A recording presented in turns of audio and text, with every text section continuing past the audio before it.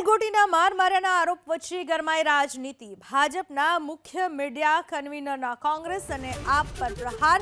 પાયલગોટીના આરોપ મુદ્દે કોંગ્રેસ અને આપના નેતાઓએ રાજકીય રોટલા શેકવાનું શરૂ કર્યું।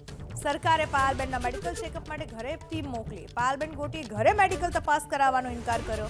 કોંગ્રેસ અને આપના નેતાના પ્રકરણ કેમ લાંબુ ચાલે એવા પ્રયાસ છે એવો આરોપ લગાવ્યો યજ્ઞેશ દવેએ।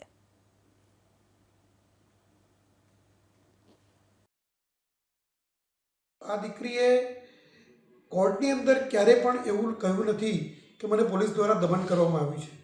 માત્ર ને માત્ર કોંગ્રેસ દ્વારા અને આમ આદમી પાર્ટી દ્વારા અને રાજકીય બનાવી અને રાજકીય પોતે આખો એક કિસ્સો એને રાજકીય રંગ આપવાનો, રાજકીય ઢોળ આપવાનો તેમજ જ્ઞાતિ જાતિનો ઢોળ આપવાનો પ્રયત્ન કર્યો છે।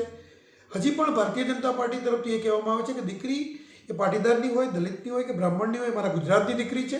એને ક્યારે પણ એને જ્ઞાતિ જાતિના વચ્ચે વહેંચશો નહીં અને એના ઉપર જો પણ કોઈ દમન થયું હશે તો પક્ષને અને ગુજરાત સરકારને પૂરેપૂરી સંવેદના છે।